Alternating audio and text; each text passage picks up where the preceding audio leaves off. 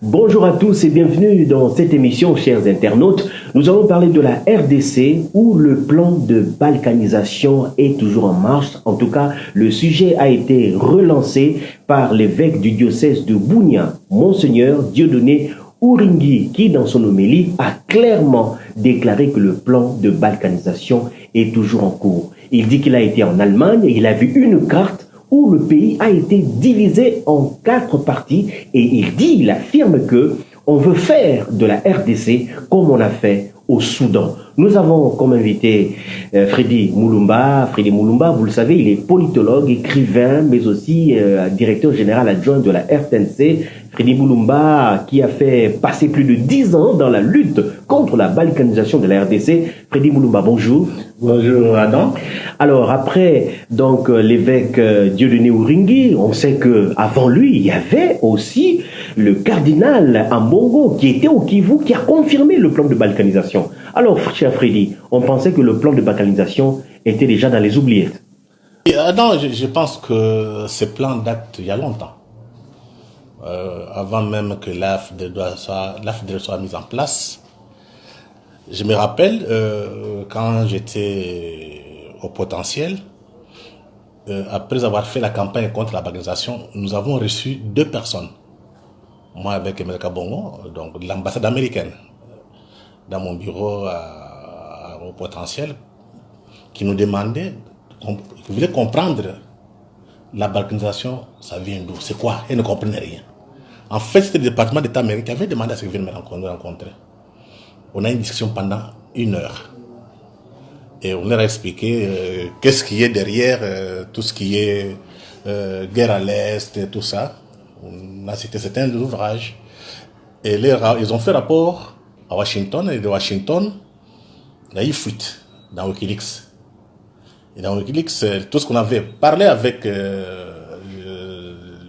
diplomates de l'ambassade américaine est sorti. Donc, ils ont relaté tout ce qu'on avait dit. Ils sont arrivés à la fin pour dire nous ferons par tous les moyens pour que l'image de l'Amérique ne soit pas ternie. Et après ça, on m'a invité. J'ai fait 21 jours en Amérique, en commençant par le département d'État. On nous avait invités. On était 8 Africains avec 2 Congolais. On a eu des discussions au département d'État avec tous les services qui s'occupent de l'Afrique. Après discussion, il y a une dame, Catherine. Catherine, c'est une Américaine blanche qui travaille à l'ambassade ici en 2000. Elle s'occupait de l'économie. Après avoir discuté, elle m'a appelé de côté. Elle me dit, nous sommes inquiets pour votre propre pays. On ne voit pas les élites émerger. J'avais amené les livres sur la balkanisation qu'on avait publiés avec certains intellectuels. J'ai distribué partout où je suis passé. C'est pour vous dire que les projets existent bel et bien. Quand quelqu'un vient dire que le projet n'existe pas, il n'est pas honnête. Les projets de balkanisation existent bel et bien. Maintenant, ce qui est beaucoup plus intéressant, c'est comprendre la logique du monde capitaliste. Et quels sont les acteurs de cette balkanisation? Les acteurs, c'est d'abord le clan Bill Clinton, qui était à la base de la guerre de l'AFDEL, et que Mouzé a essayé un peu de changer la donne, et on l'a assassiné. Donc l'objectif pour ces gens, et pour la plupart, sont des gens qui étaient à Berlin en 1885, ou bien leurs petits-fils, qui estiment que le Congo leur appartient. Comme le Congo a été une création de Berlin, donc de multinationales, ils ont aussi le droit de revoir les frontières. Ça, c'est un des deux. Ces gens disent aussi que le Congo est trop grand. Il faut le couper pour mieux gérer. Mais il y a un soubassement raciste, pour ne pas dire racial. On ne peut pas laisser beaucoup de richesses aux Noirs. Sans le fond du problème, en d'autres toutes ces dimensions économiques. Les Noirs ne méritent pas ça. Voilà pourquoi on peut tuer des millions de morts, personne n'en parle, même pas un procès. Donc ça sont les multinationales. Derrière les multinationales, vous avez des hommes d'affaires. Je veux parler des blancs clan Bill Clinton. Donc c'est eux, ils étaient à Arkansas. Après, par exemple, d'affaires sont des hommes d'affaires d'Arkansas qui ont monté le coup. en disant nous mettons la main sur les richesses du Congo, ensuite on les coupe en morceaux. Et même au niveau du Parlement, du Congrès américain, il y a eu quand même des déclarations. Fess William, qui était le premier président qui s'occupe de la sous-commission Afrique, il avait dit clairement, le Congo, il faut le diviser en cinq États. Ça existe bel et bien au Congrès américain. Ceux qui veulent, qui doutent, qu'ils aillent vérifier. Donc, ces gens, ces capitalistes, ces globalistes, ne vont pas baisser les bras. Mais comment vont-ils procéder alors pour mettre ce projet de balkanisation en marche? Quelles sont leurs techniques? C'est d'abord, on a utilisé le Rwanda et l'Ouganda. Le Rwanda et l'Ouganda en disant que c'est un problème Banyamulenge, un problème ethnique, mais ils ont profité de ça pour greffer sur ce conflit afin d'occuper. Donc ils ont calculé, ils ont fait un plan à long terme. Le Rwanda, l'Ouganda, mais des complices congolais. Il dit des complices congolais. Je pense que M. l'évêque a dit très clairement. Il y a des gens qui sont à Kinshasa, qui ont déjà pris contact, donc parmi les dirigeants congolais, qui ont pris contact pour combattre le pays. Il les connaît. Donc il y a le Rwanda, l'Ouganda, les complices congolais, mais aussi au niveau des médias. Je ne sais pas si vous vous rendez compte. Comment expliquer qu'il y a des problèmes à Kinshasa? Nos médias sont ailleurs. Et on tue des gens à Béni.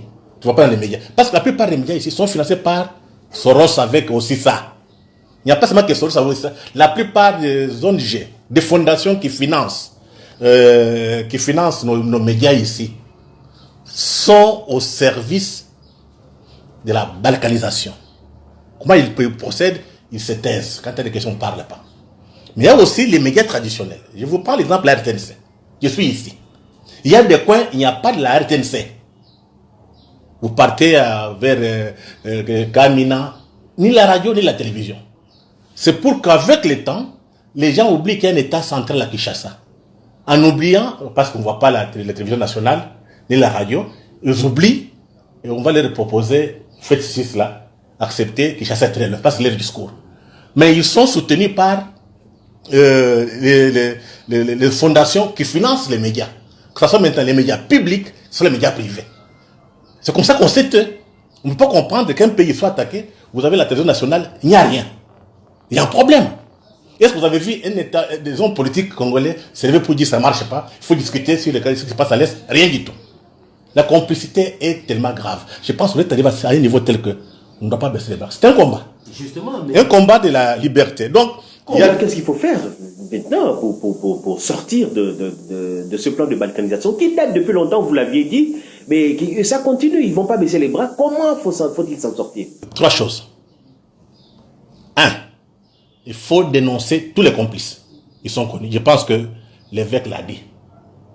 Au lieu de se taire, il faut les dénoncer. Qui va les dénoncer? Mais c'est ça le problème. L'évêque connaît, non? Mais il n'a pas cité les noms. Effectivement, il faut qu'il ait le courage de dénoncer ces politiciens qui sont complices. 2. Il faut que les médias soient réformés. Je dis, il faut que les médias soient réformés, en commençant par les médias d'État. Parce que quand on dit médias d'État, bien médias publics, c'est un média qui défend la patrie. Et quand vous voyez les médias de la patrie, les médias nationaux qui défendent la patrie, il y a un problème. Donc il y a comme ça quelque part. Parce que le seul média qui doit défendre le Congo, c'est le RTNC. Vous regardez la télévision, rien. Dans la radio, il n'y a rien. Comment expliquer ça? Donc il ne faudrait pas encore porter des gants. C'est question, soit on perd le pays, soit on le récupère. Et troisième chose, tu vois, il faut qu'il y ait des associations. Parce que ces gens travaillent sur le temps. Monseigneur a dit 30 ans pour arriver à ce qu'on coupe le Soudan. Ça fait combien d'années on a fait ça? Ça fait plus de 20 ans. Donc, comment ils procèdent? On tue des Congolais qui sont aux frontières. Les Congolais fuient au Kivu, en Ituri. La place est vide là. On place des Rwandais. Monseigneur l'a dit.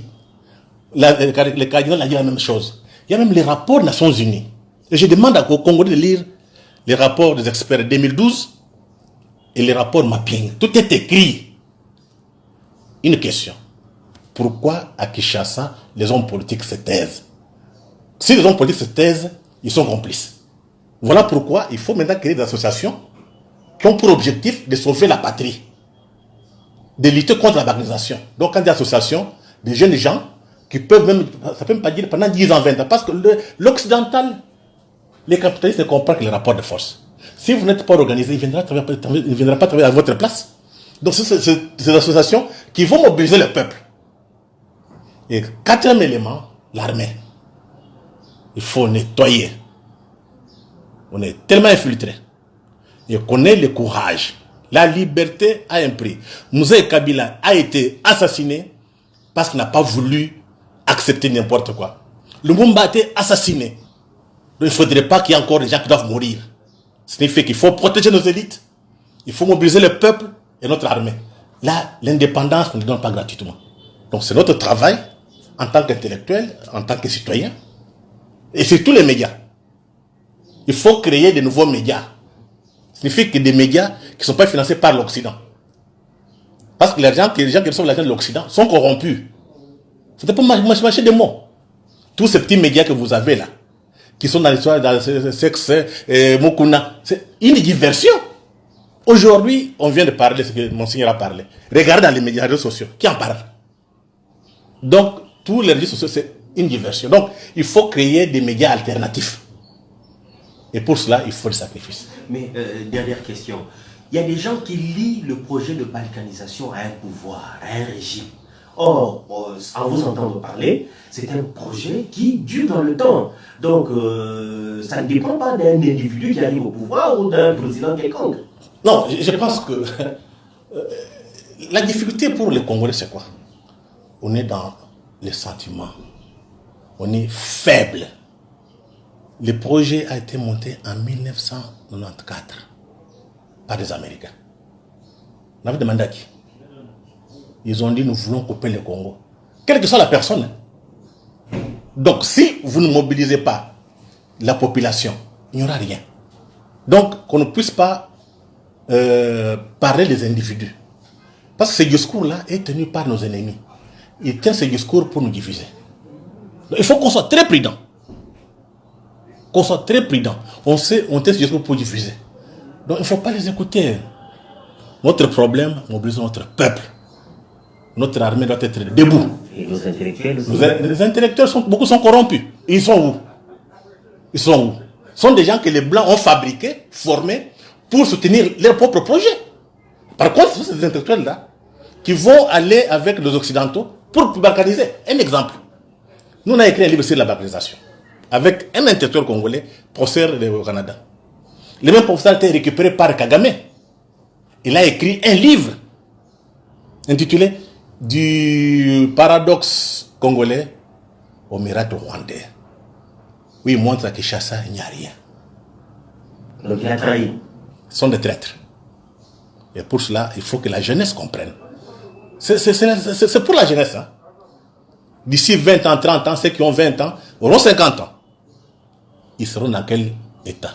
Mais aussi interpeller ceux qui disent politique. On va laisser notre pays dans quelles conditions? Les générations qui viendront vont vivre où? Voilà aussi l'interpellation de Monseigneur. Oui. Et ça demande que les jours aujourd'hui, tout le monde doit être debout. Commencez d'abord par s'organiser. On parle en désordre. S'il y a plusieurs associations, avec comme objectif, non à la banalisation. Parce que la plupart des associations qu'on a sont financées par les ONG internationales. Au Filimbi, il y a encore ce soir de Lucha. C'est pour nous embrouiller. Comme les enfants n'ont pas le sens de l'histoire, on les manipule. Donc on ne porte plus des gants. C'est question de vie ou de mort. Merci beaucoup, merci. Nous retiendrons dans ce que l'évêque a dit. Il a dit, si nous ne faisons pas attention, nous allons être esclaves dans notre propre pays. Une phrase que vous avez l'habitude de répéter d'ailleurs. Disons merci à tous ceux qui nous suivent et merci à vos remarques, à vos suggestions, à vos encouragements aussi. Au revoir et à la prochaine. Nabiso Congolais, car on sait